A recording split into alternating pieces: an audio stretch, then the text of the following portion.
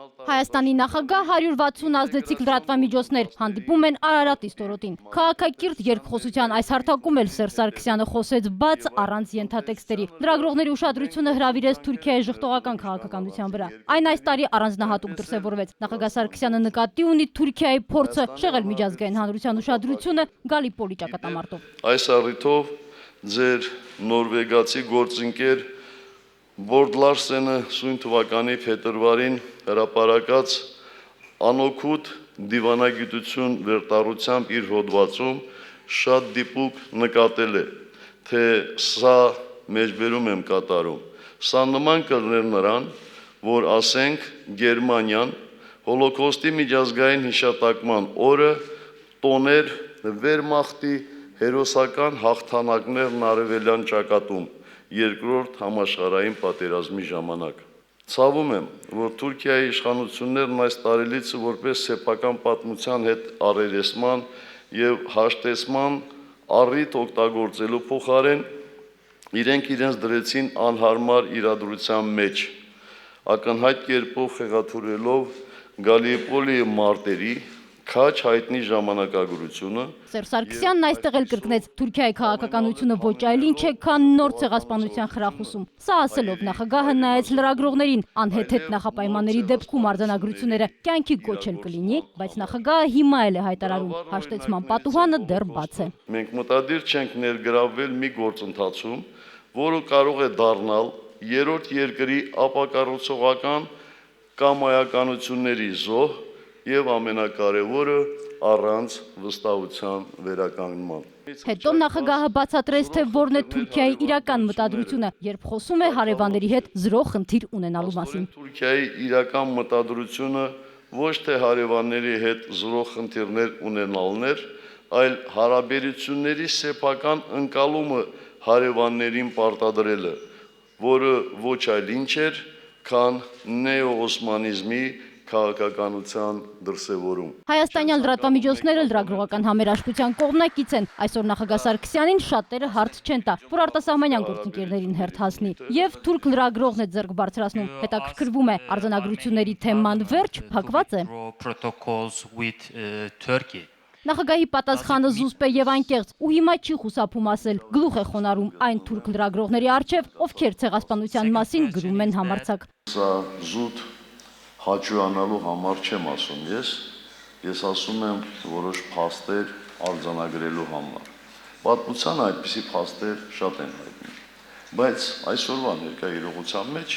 օրինակ ձեր թերթի պահվածքը կապված ցեղասպանության հետ,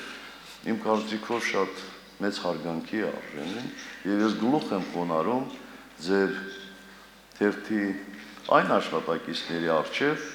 ովքեր այդպիսի պայմաններում համարձակվում են այդպիսի հոդվածներ տպագրել։ Հավատացած եղեք, որ շատ հայեր դա գնահատում են, հասկանում են եւ հավատացած եղեք, որ շատ հայեր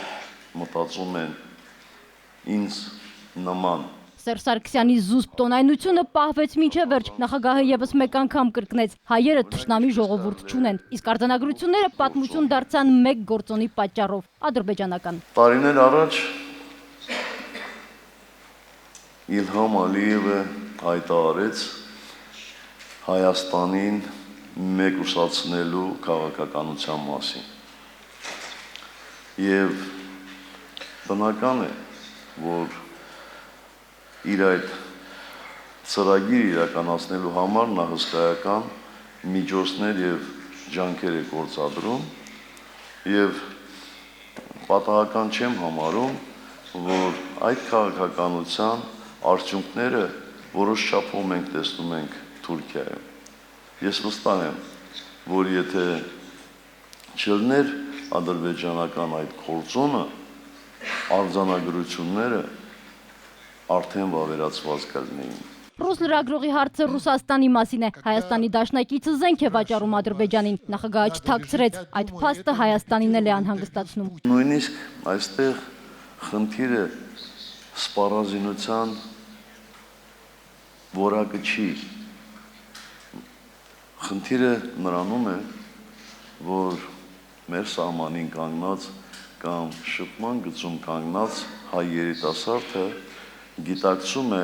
որ իրեն փորձում են ոչնչացնել ռուսական զենքից։ Սա է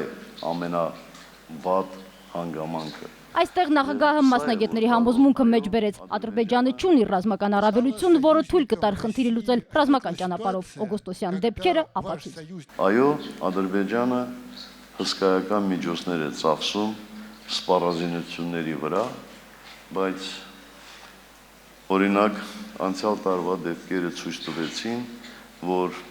լավ սպառազինությունը կամ էլ շատ դրամ ծախսելը սպառազինությունների վրա միանշանակորեն չեն բերում զորքի մարտունակության։ Ռուսաստանի հանրային հեռուստաընկերության ներկայացուցչի հարցը խնդրանքի պես հնչեց։ Պատմական թեմաներով ֆիլմեր նկարահանելիս տարբեր կողմերից ասում են հերիք է անցյալը փորփրեք։ Ճշտում է, հիմա պետք չէ ապրել անցյալին նայելով։ Ու լսեց Սերժ Սարգսյանի համոզմունքը, այդպես պնդողները նրանք են, ովքեր պարծենալու ոչինչ չունեն, ում համար ոնց, բայց Հայաստանի համար պատմությունը բեռ չէ։ Այո, այն ժողովուրդների համար, ում համար պատմությունը բեռ է, նրանք ետ չպետք է նայեն, որովհետև ետ նայելով լավ բան չեն տեսնում։ Ես երբեք անցյալով չեմ ապրել, ես ապրում եմ ներկայով, միգուցե ավելի շատ ապագայով եմ ապրում,